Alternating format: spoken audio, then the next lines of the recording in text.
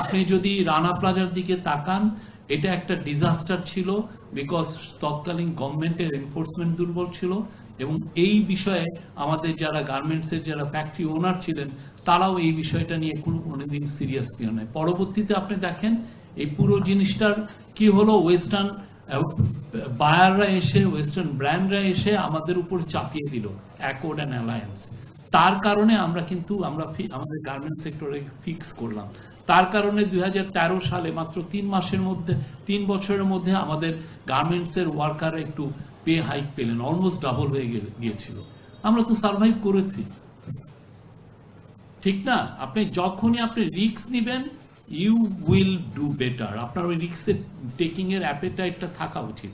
আমাদের 79-এ general Zia, president Zia যে risk নিয়েছিলেন, এই তখন নুরুল কাদের ওনাদের সাথে করে, যে ব্যাক টু ব্যাক এলসি, তারপরে ওইখানেও তখন যিনি সেন্ট্রাল ব্যাংকের গভর্নর ছিলেন, তারপরে কি যেন ব্যাক টু ব্যাক এলসি বা বন্ডেড হাউস প্রথমে, দ্যাট ক্রিয়েটেড বাংলাদেশের গার্মেন্ট সেক্টর, ঠিক না?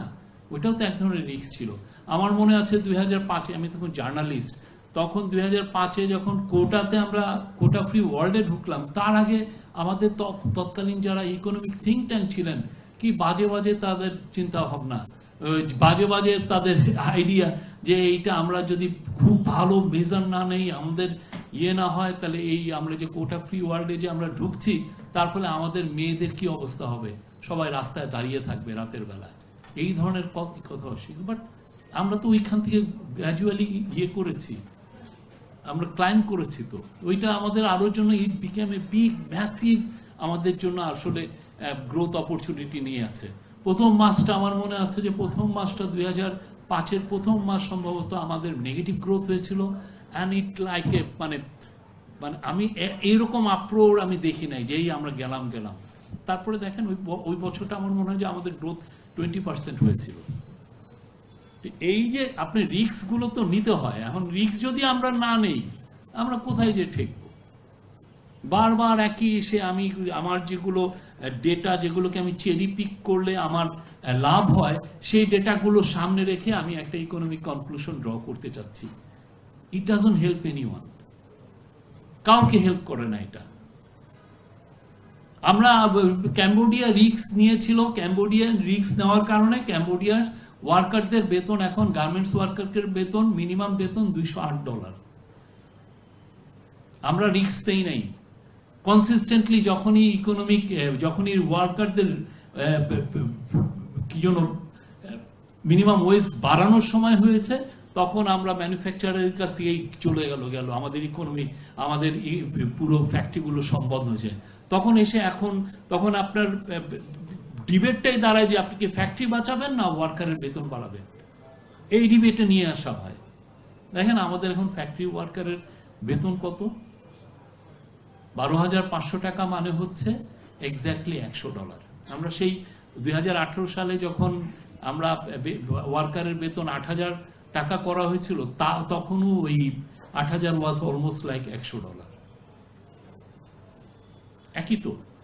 এই রিস্কগুলো তো সত্যিকার অর্থে একটা গভর্নমেন্ট বা একটা প্রাইভেট সেক্টর সবাই মিলে এটা নিতে হয়। বারবার আমাদেরকে কেন চাপিয়ে দেওয়া হবে যে এই তুমি এটা না নিলে, তুমি কমপ্লায়েন্স না করলে?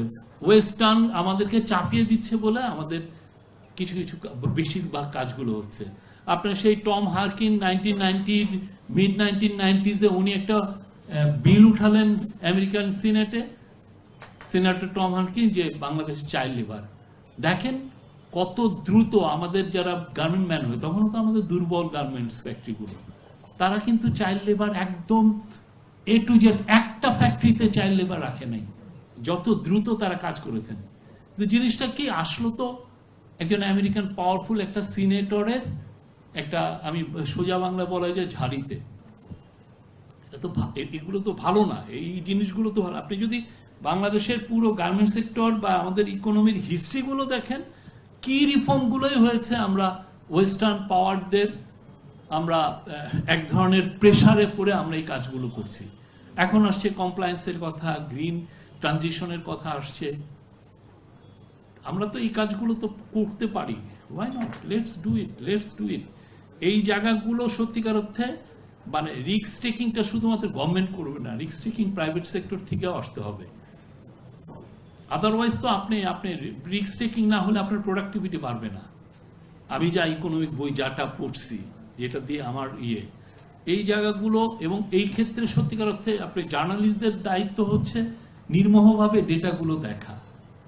একজন এসে বলে গেল উনি থিঙ্ক ট্যাঙ্কের একজন প্রধান, তাকে যে আপনি চ্যালেঞ্জ করতে পারবেন না সেটা তো না।